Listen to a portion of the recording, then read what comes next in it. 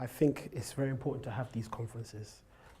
Seriously, they do change lives if you take them seriously. So what I'm speaking about today, what my spoken word is about stereotypes. And it's got a little twist to it, but it's called immovable impressions. So I'll start now.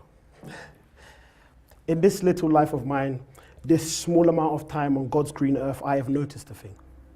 It is firmly woven into the tapestry of society. It's this instrument of division, solidified by culture clash and enhanced by ignorance.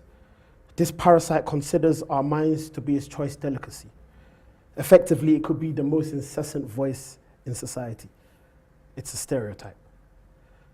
Class in session. Now, today's lesson is etymology, which means breaking down the words to find their true meaning. First word is stereos. No, nothing to do with headphones. Rather, it illustrates something hard or solid like my grandmother's bed foam. Typos, an impression. Calligraphic strokes so deep impressed upon papyrus sheets. Sweet, we've concluded our lesson. Learning outcomes, stereotypes are oversimplified but widely held and fixed impressions about a type of people.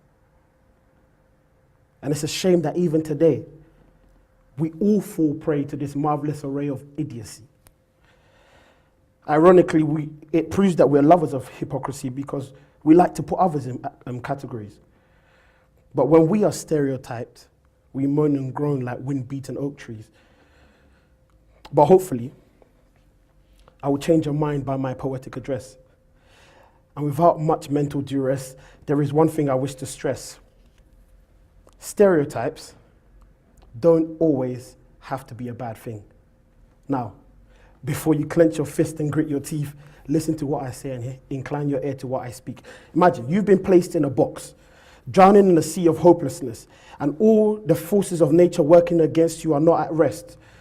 If by chance you escape this box and swim through tempestuous tides to land on the shores of greatness, wouldn't you be crowned a victor? Triumphant? The greatest? Dear friend, that box is an impression already held about you. It might not be true, but it's what people think of you. On the other hand, what you know to be real, your grace, your skill, your convictions, your talent, should be what people feel.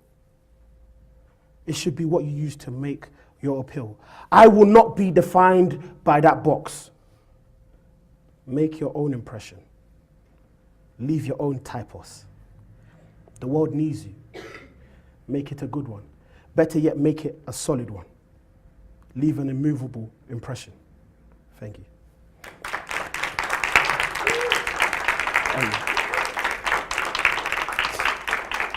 When writing that spoken word piece, I thought about stereotypes. So I'm quite of an etymological freak, so I like to go back to find out what the words actually meant in the original languages, so where did it come from?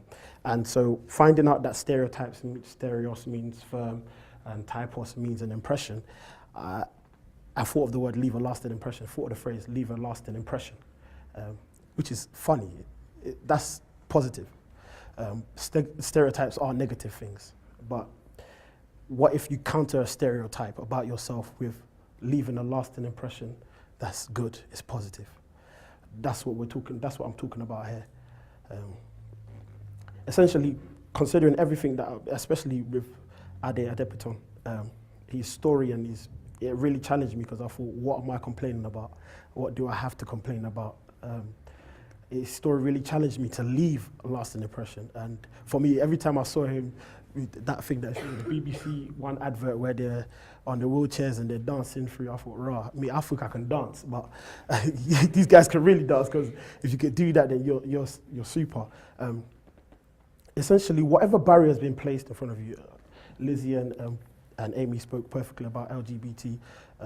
Ilaha spoke about feminism, and it's been, you talked about piece of paper, but I'm not talking about it because you took my idea. But anyway, don't worry, that's my good friend Daniel. But whatever barrier has been placed upon you by society, doesn't matter what it is, I feel that that barrier can actually lead to our greatness. It can lead to us becoming, just like the illustration of being placed in a box, drowning in the middle of a sea. It can lead to you becoming super. It can lead to you getting your name out. I mean, again, back to Ade Adepiton, that was absolutely amazing. His barrier led to him becoming who he is today. And so whatever barrier is against you, or in the midst of this conference, you've heard about so many different things. Brother Bashir talked about Islamophobia, and this guy, he's a preacher, he's amazing. So there are barriers that are put against us by society, fixed impressions, and these are stereotypes, and it leads to prejudice, it leads to discrimination. And I've had it myself. I mean, I've been stopped by police so many times, even in a suit. And it gets, after a while, it gets really annoying. You know, come on, mate. I'm coming back from I'm coming back from an interview, and you're stopping me like I'm going to carry drugs to my new workplace. But you have these barriers, but it's like the person who participates in the race with hurdles. Each hurdle, after he goes over another hurdle, he knows he's closer to the victory. He's closer to the victory that he desires. And so whatever barrier has been placed in front of you, whatever you have faced in your life or you are going to face, remember that that thing doesn't define you, rather it can make you great. And so that's what I've got to leave with you. Leave a lasting impression on this world. The world needs you. Thank you.